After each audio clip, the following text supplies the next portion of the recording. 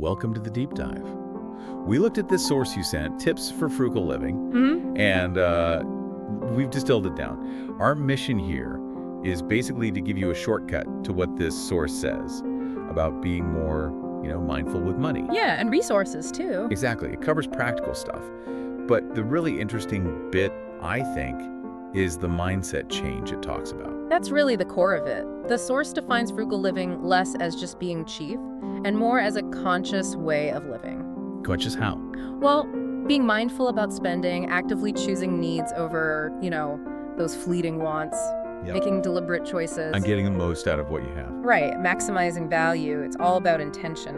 Okay, so that's the idea. But where does the source say you should actually, start, practically speaking? It really anchors everything in budgeting and conscious spending. Budgeting, okay. Yeah, the first big step, according to this, is setting up a budget and actually tracking where your money comes from and where it goes. So it's not just making a list, it's about understanding the flow. Exactly. Understanding your habits. You might be surprised, see patterns you weren't aware of.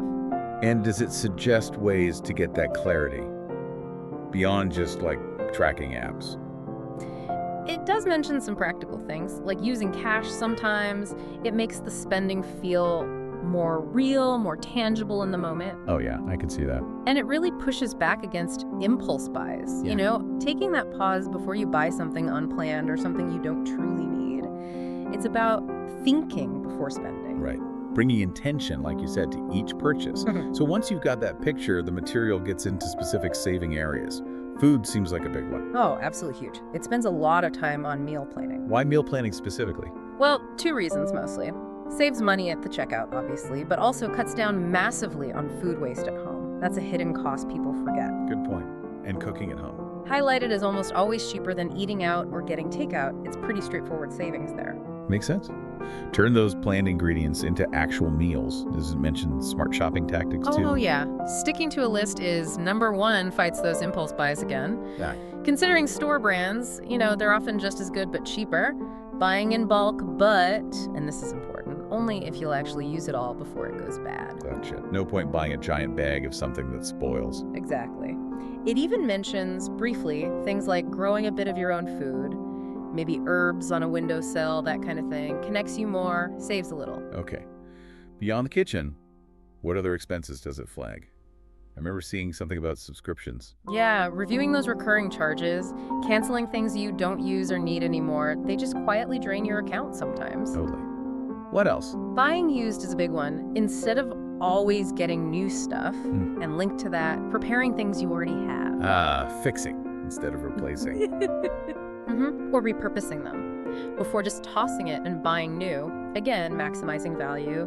It also mentions DIY, doing some things yourself if you have the skills or are willing to learn. Now, this is where I thought it got really interesting. The source shifts from these practical tips to the mindset. Yes. The frugal mindset. Yes, this is crucial. It argues it's not just about cutting costs, it's about fundamentally changing how you think about money, value, possessions. And how does it frame that? A key part is really digging into needs versus wants. It's not just a surface thing. It's about asking yourself, what do I genuinely need for a good life? Versus what am I just wanting because, I don't know, I saw an ad or someone else has it. Defining your actual needs. Yeah, that's foundational. And that ties right into its point about prioritizing experiences and relationships over just buying more stuff. Okay, tell me more about that. Well, the idea is the money you save by being more conscious. You can redirect that towards maybe travel, learning something new, spending quality time with people, things that often bring more lasting happiness than another gadget. So it's about aligning spending with deeper values. Exactly. And part of that is not comparing yourself to others. The source really stresses this. Your goals, your financial situation, it's personal.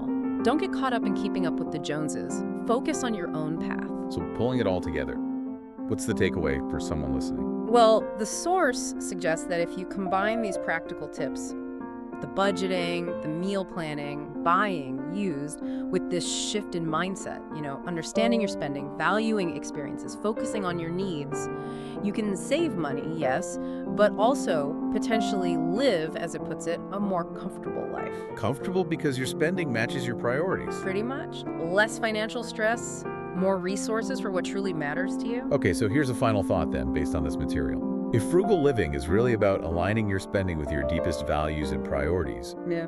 what forgotten need, or maybe what desired experience could actually become possible for you if you started making some of these conscious choices? Something to maybe reflect on.